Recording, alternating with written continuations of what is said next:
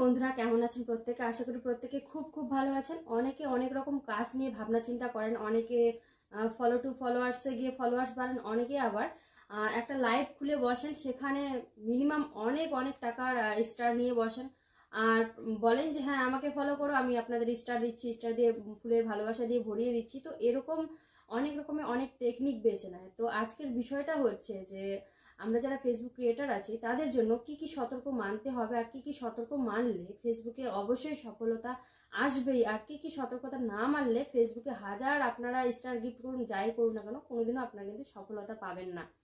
তো প্রথমত বলি, যারা স্টার গিফট করে লাইভে এসে প্রচুর টাকার স্টার নিয়ে যারা দর্শকদের স্টার গিফট করে, তাদের আইডিতে গিয়ে আপনারা চেক করবেন, দেখবেন যে তাদের ফলোয়ার সংখ্যা বাড়তে পারে স্টারের জন্য, কিন্তু তাদের ভিউজ সংখ্যাটা দেখবেন যে অনেক অনেক কম। যদি থাকে 50,000, সেখানে দেখবেন যে হাজারও গেছে কিনা ভিউজটা। তো এগুলো নিয়ে ডাউট আছে। তো এরকম ভাবে কখনো ফলোয়ার্স বাড়ানো যায় না, আর কখনো মানে একটা ভালো ফলোয়ার্সের দর্শক সংখ্যাটাও কিন্তু পাওয়া যায় না। আমাদের কিরকম দর্শক, আমাদের কিরকম ফলোয়ার্স বেছে নিতে হবে সেই বিষয়টা নিয়ে আমি প্রথমত বলি।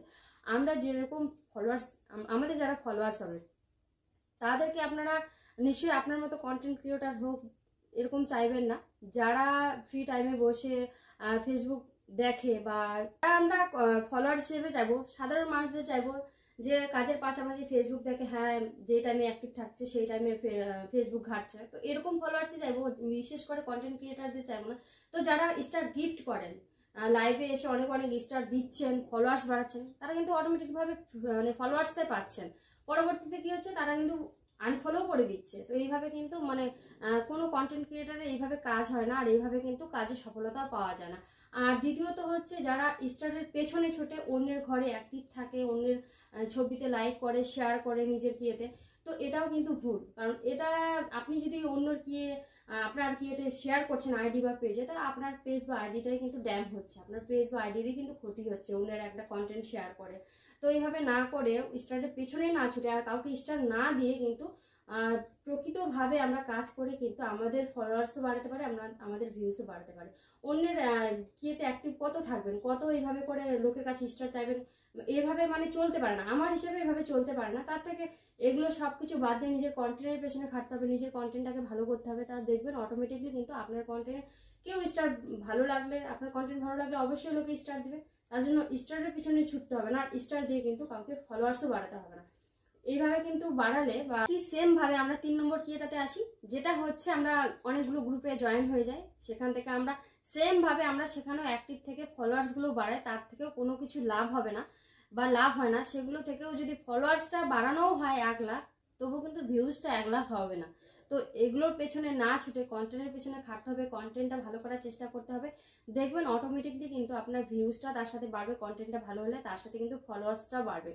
কখনো জোর করে কাউকে মানে বন্ধু করে ঘরের মধ্যে আটকে না রেখে, প্রকৃত যারা সাধারণ মানুষ ফেসবুক দেখে তাদেরকে ফলোয়ার্স, আপনার কন্টেন্ট ভালো করে আপনারা তাদেরকে ফলোয়ার্স হিসেবে পেতে পারেন। আর কন্টেন্ট ক্রিয়েটারদের আমি বলবো যে ফলোয়ার হিসেবে না পাওয়াটাই বেটার, কারণ ফলো টু ফলো গ্রুপে সবগুলোই যারা মানে অ্যাড হয় তারা প্রত্যেকেই কিন্তু কন্টেন্ট ক্রিয়েটার, প্রত্যেকেই কিন্তু ফেসবুকে কাজ করে। তো তাদের থেকে কি একসেপ্ট করা যায় যে ভিউজটা বেশি হবে, না আপনার লাইক কমেন্ট বেশি পড়বে, না রিচ এঙ্গেজমেন্ট বাড়বে? কোনো কিছুই বাড়বে না। এর ফলে কি হবে, আপনারা ফলো টু ফলো গ্রুপে মানে অনেক হাজার হাজার কমেন্ট করতে থাকবেন, প্রতিদিনের পর দিন অনেক অনেক কমেন্ট করতে থাকবেন। এর ফলে আপনার কমেন্ট ব্লক হবে, এর ফলে আপনার ফেসবুকে ইস্যু চলে আসবে। মানে ব্লক খেলেই তো একটা ইস্যু চলে আসে, এর ফলে আপনার রিচ ডাউন হবে, এঙ্গেজমেন্ট ডাউন হবে। তো এগুলো না করে আমরা সাধারণভাবে আমাদের নিজের কন্টেন্টের পিছনে আমরা সময় দিয়ে আমরা নিজেরা কাজ করে সেদিক থেকে কিন্তু আমরা আমাদের মানে আমাদের ফেসবুক পেজ বলুন বা আইডি বলুন, সেটাকে আমরা কিন্তু এগিয়ে নিয়ে যেতে পারি।